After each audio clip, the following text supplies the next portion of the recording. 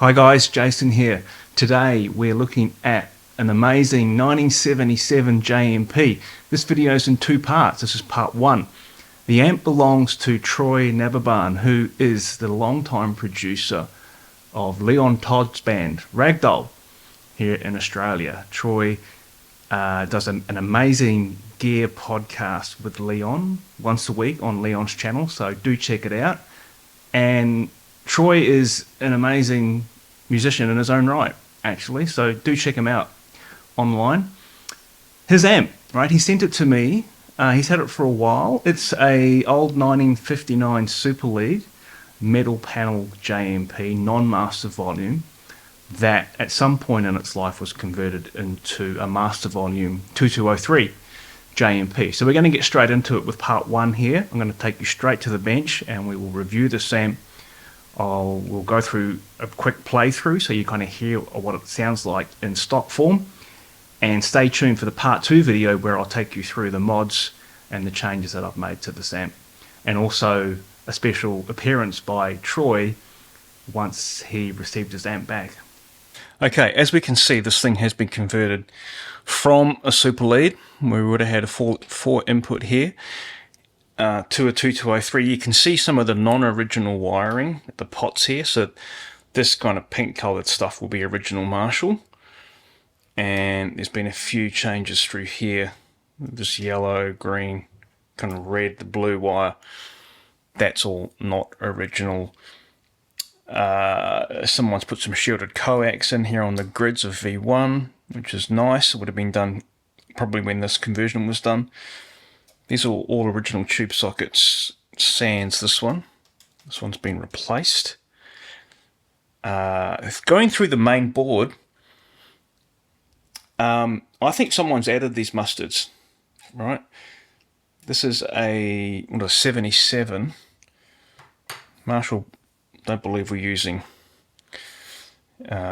these old mustards by then. They would have been using these kind of box caps like this, maybe the red ones. So someone, I think, has added these at some point, which is cool. It looks to have original caps. These bias caps probably original. They do look original. Certainly the filter caps, which I'll show you the rest of the amp in a second, they're all original. I've had a quick play through this thing. Sounds pretty bloody good, to be honest.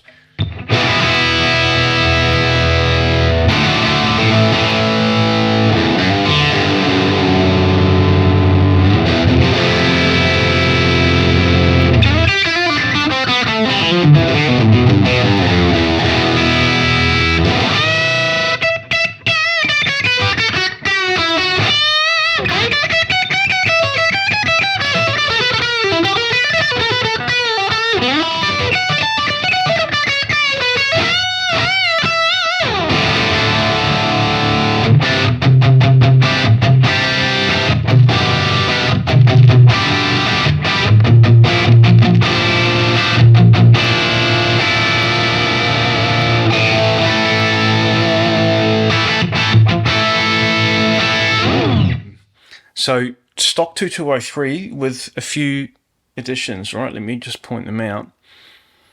The first thing, which is pretty unusual, is this is a plate resistor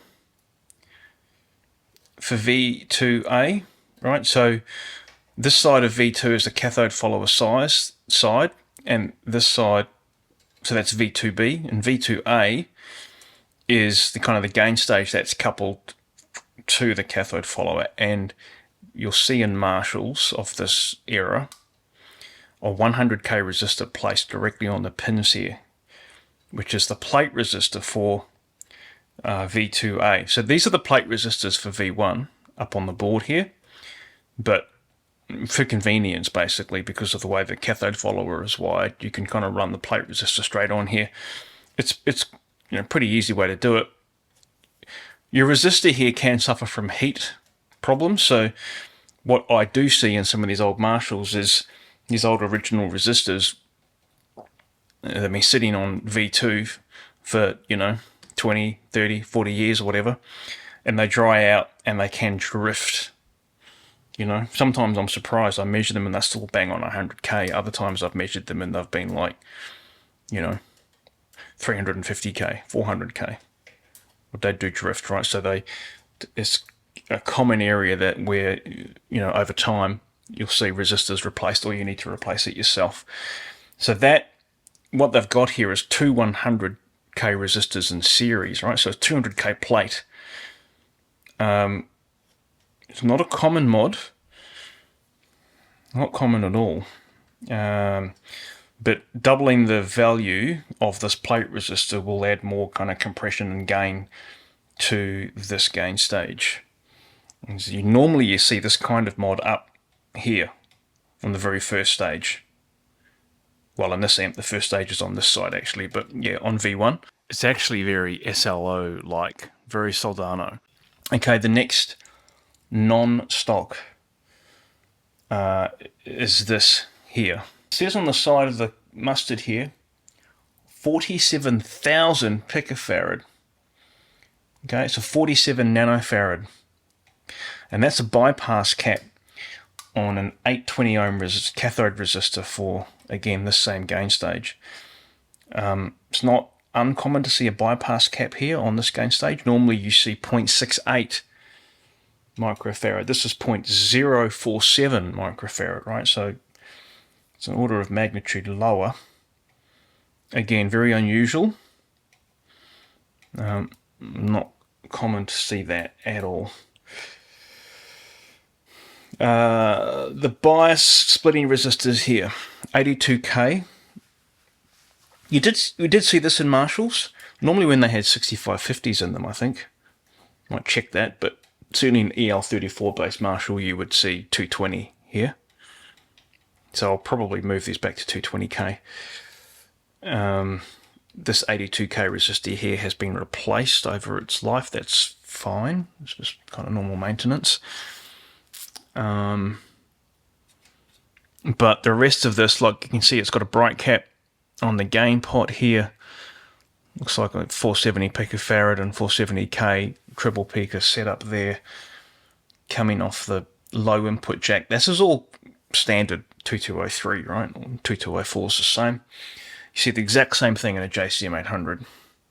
So let me move the camera down to the power end of the amp and we'll have a look what's going on there. Okay, so the presence pot here all looks fine. As I said, I suspect that this cap is not original, but the way it's wired and so on is okay. That'll be a 25k linear pot with a 4k7 in parallel with it. I prefer the old 5k presence, how it was done. These pots are all original, by the way. Okay, so what else is going on here? This all looks pretty original. It looks fine. The impedance selector, so the plug, see on the back of the amp, right? Both the voltage selector and the impedance selector, those original kind of plugs have been lost or they've come out or, you know, whatever. And so they've been hardwired. This is pretty common. I see a lot of this. And this has been wired so that its speaker jacks are hardwired to 8 ohms only, right? 8 ohms only. And we have a negative feedback. This brown wire is coming off the 4 ohm tap, and it's got a 22 nanofarad mustard cap here, just in series. There's no resistor with it. It's not quite, I wouldn't call it a depth circuit. It's more just a bit of a filter on the negative feedback line. So we've got off the 4 ohm tap, and the negative feedback is a 100k. And so the negative feedback, sorry guys, I was just checking that. The negative feedback is off the 4 ohm tap, and it's a 100k negative feedback resistor. All these screen resistors here have been replaced, which is fine. Normal maintenance. The green grid resistors are all original except for this one, all 5.6k. And the mains would have been hardwired as 240. So this kind of weird stuff, well, it's not weird, but Troy did send me a photo of his amp, and he was like, pointed to that and said, what's all this? Someone's heat shrinked all this off. These are the different taps for the primary, right? And I mean, I'll check all this wiring, but this will be, and I'll check the voltages, of course, but this will be hardwired to 240, which is very common, and it's okay, fine to see this. So yeah, look, guys, it's pretty clean.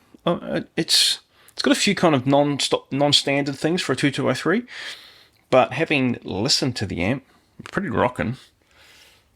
So I think if we end up with, you know, kind of 2, 3, 4 selectable modes here, a couple of push-pull pots, we'll have stock 2203, we'll have the kind of higher gain option, and we'll have diodes in and out. We kind of have four selectable sounds here. Should be killer.